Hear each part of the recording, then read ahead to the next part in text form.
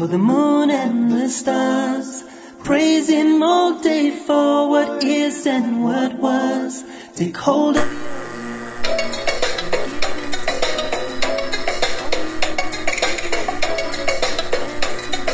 Okay, isang magandang hapon, Luzon, Visayas at Mindanao. Muli po tayo nagpapasalamat sa ating dakilang tagapaglikha. Narito naman po tayo sa ating palatuntunan, CCN News Filipino News.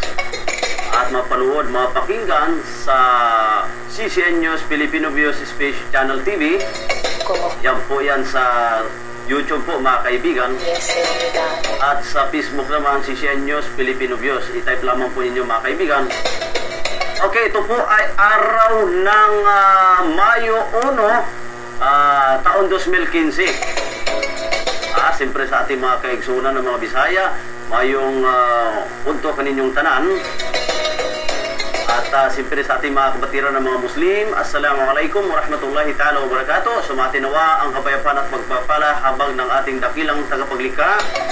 Kung kayo po mayroon po mga sumbong o reklamo, maaari po kayo tumawag sa aming tanggapan sa bilang na aming mga numero, mga kaibigan.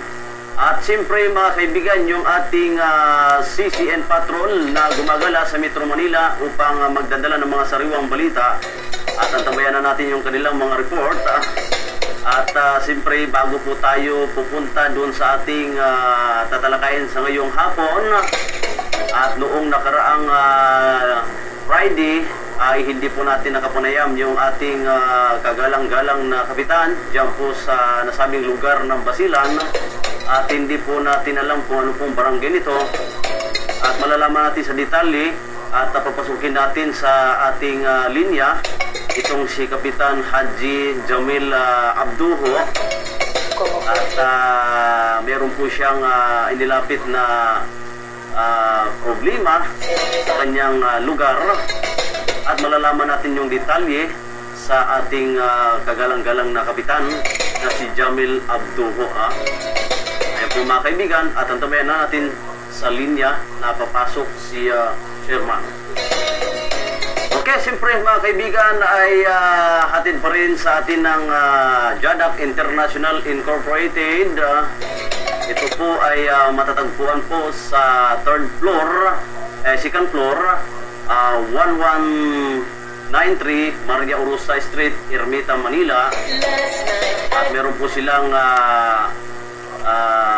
dyan po sa kanilang tanggapan, meron po silang libre kung kayo po ay walang mga document. At sila na po ang sasagot sa inyong mga requirements tulad ng passport. Pero para kayo po ay gustong tumawag, maaari po kayo tumawag sa kanilang cellphone number 0905-7590602. Ulitin mo natin, 0905-7590602. At yung isang number naman nila, globe din ito mga kaibigan, take note po, 0915-134-0053 at 0915-134-0053. Ayan po mga kaibigan, okay, nasa kabilang linya na po yung ating kagalang-galang na chairman na si Abduho. Malalaman natin yung kanyang detalye kung saan lugar po ito. Magandang hapon po, Chairman. Live po tayo ngayon at mapunood po tayo sa ating CCN News Filipino News. Chairman, ibigay ko po sa inyong pagkakataon para kayo po ay makapagsalita sa ating programa.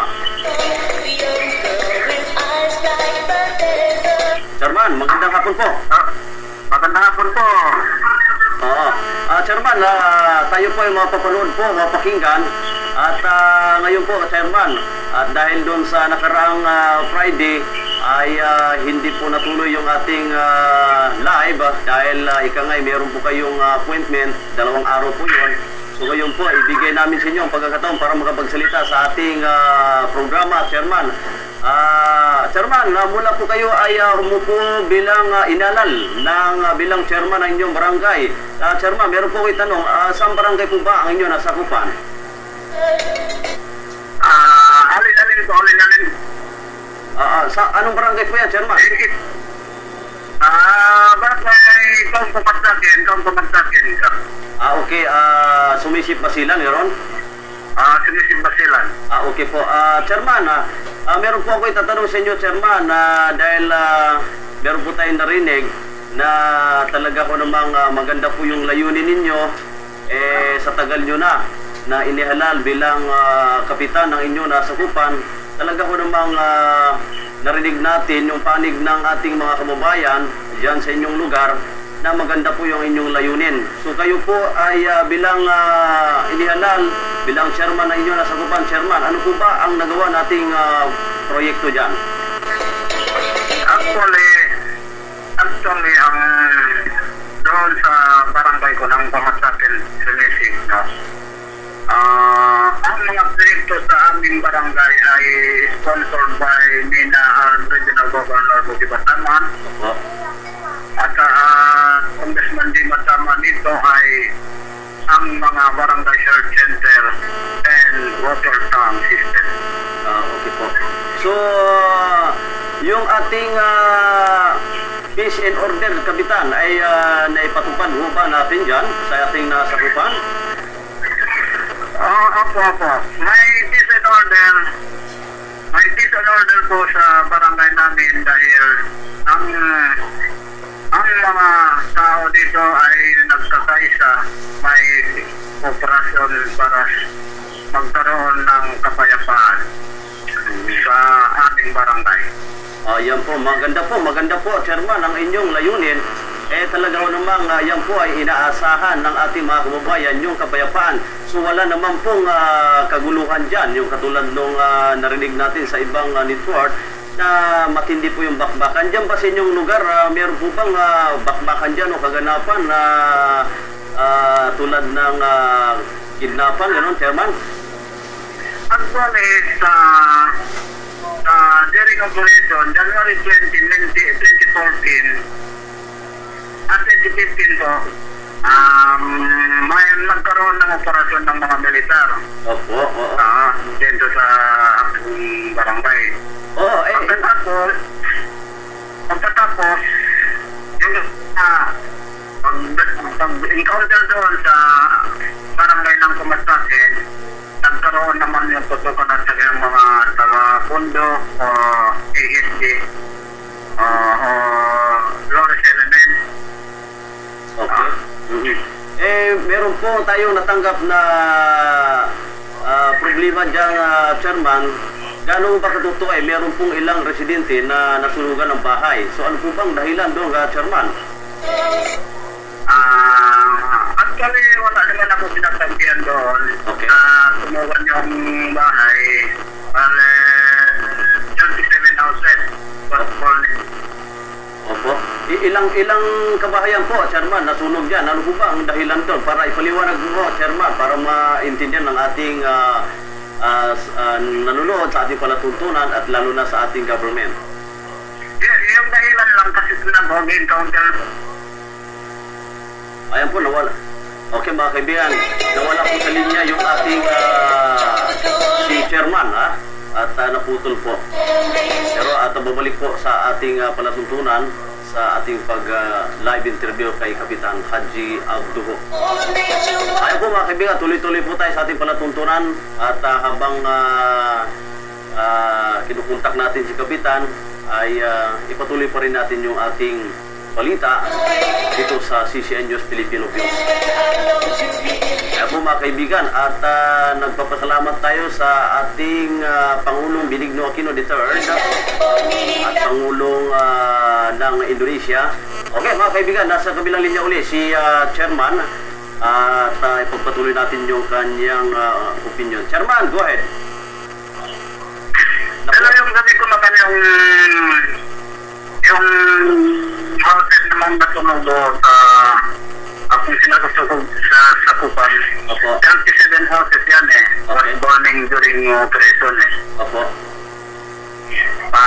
Pagkasabot yung sa panig naman ng mga knowledge at saka yung mga militar, wala naman sila nakasunog. Pero actually, ibabalik ko lang sa Allah pagsabaran ko na lang yung mga dinaanan namin doon sa akong barangay.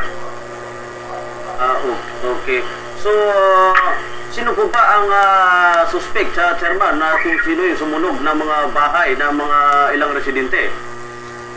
Yun na nga hindi ako nasasabi. Wala naman ako nasasabi diyan kasi yung mga civilian na ipabakoy ko naman sa Limbukandis, sa Barangay Limbukandis, sa highway during operation. Okay. So, ibig sabihin, chairman, na hanggang ngayon ay inimbestigahan pa kung sino po ba ang nag-umpisa, sino po ba ang sumunog nito? Yung na nga. Tama yun. Okay. Kasi nahirapan tayo kapag sabi ng military o mga taga-bundok, hindi man yung wala naman yung maka-witness, hindi wala naman nakikita doon sino yung magsunog. Parang hindi maaari kung sasabihin natin sino sila o hindi wala nakikita. Okay. So, yun po, chairman. Until now, ngayon, wala nang gulo dyan, chairman. Wala na, dahil pinantahan ko naman yung 64th Battalion, ipababalik ko na yung yung mga civilian sa area. Okay. Salamat naman kung gano'n. So, wala namang nasawi sa civilian, wala namang nasaktan, chairman? Wala. Ay, salamat. So, ibig sabihin na talaga namang umaksyon naman yung ating EFA sa inyong area. So, pasalamat tayo sa kanila, chairman. Chairman, meron po akong katanungan pa sa iyo, chairman, bago po tayo tapos sa pag-live interview sa iyo. Yung ating live program ay naigawa po ba natin, chairman? Actually, by last April 14, may livelihood naman 30,000 may livelihood sila galing sa pamana. Pamana. Out of 300,000 pesos. Okay. Yun sa livelihood na tanggap yung mga tauhan ko doon sa barangay ko po. Bali kayo, kapitan, ilang term na po kayo? Last term na po kayo bilang chairman ng inyo na sakupan? Actually, yung parang ano naman ako doon kasi January 6, 1994 yung kasi yung barangay para alam natin kung sino yung mag-create ng barangay. Ako po mismo yung magkaroon ng barangay na yun kapat sa akin.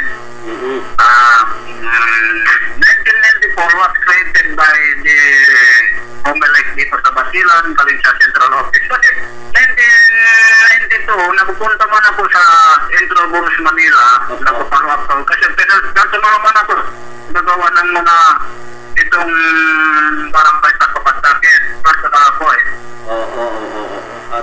Actually, sa service, actually sa service yung tinatanong mo sa akin, it is almost 18 years from 1994 up to present. Napakatagal nyo, chairman. Talagang ibig sabihin na maganda po ang inyong layunin sa inyong nasakupan, chairman. Chairman, bibigyan ko kayo kung meron kayong pananawagan sa ating Pangulong Benigno Aquino III. Kung meron ba kayong pananawagan, chairman? Ito ulit na to. Chairman, meron po kayong pananawagan? Sa ating Pangulong Benigno Aquino III. Yun na gusto ko sa Pangulo kung pwede lang dahil magkaroon naman. Ayaw po mga kaibigan, naputol po yung ating chairman, si Chairman Abduho, na nasabing lugar ng Sumisip Basilan sa ating live interview. Ayan, at mabalikan natin mga kaibigan na ang oras po natin ngayon ay ganap ng alas 2:14 ng hapon, mga kaibigan. Okay mga kaibigan, tayo po ay magpapakilala muna sa ating himpilan at naputol po sa linya yung ating chairman na si Haji Abduho. So grabe, napakaganda po yung kanyang layunin sa kanyang nasakupan. Ilang beses na po siya na niluklok bilang chairman ng nasabing lugar ng Sumisip Basilan barangay ho yan, mga kaibigan. Sana po ganun po yung ating mga ibang mga inihalal na politiko na bigyan ng kahalagahan yung ating nasakupan para ho naman na maganda yung magkaroon po ng kapayapaan sa nasabing lugar po. Okay mga kaibigan, tayo po ay magpakilala sa ating himpilan.